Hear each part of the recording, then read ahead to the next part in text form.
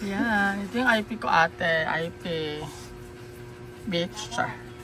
Ayun na nga. Yan yung IP ko mga ate ko. And then, sheesh. What is my IP address? Baka sabihin nila. Yan yung binigil ng link. Nag-reply naman sila agad.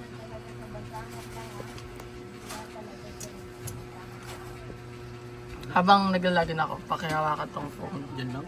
Oo, make sure na nakikita yung ano. Yan. Kinakalanda may patunay daw na nakablock eh.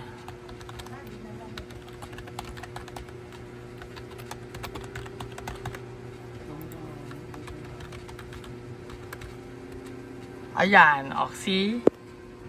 Diba ate? Oh, black yan. And then, let's go back here. IP. Kaya ako pa na ano yan eh.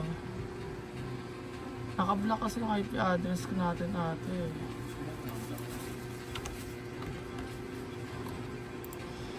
Hindi natin alam. Inulit ko lang. Ayan na.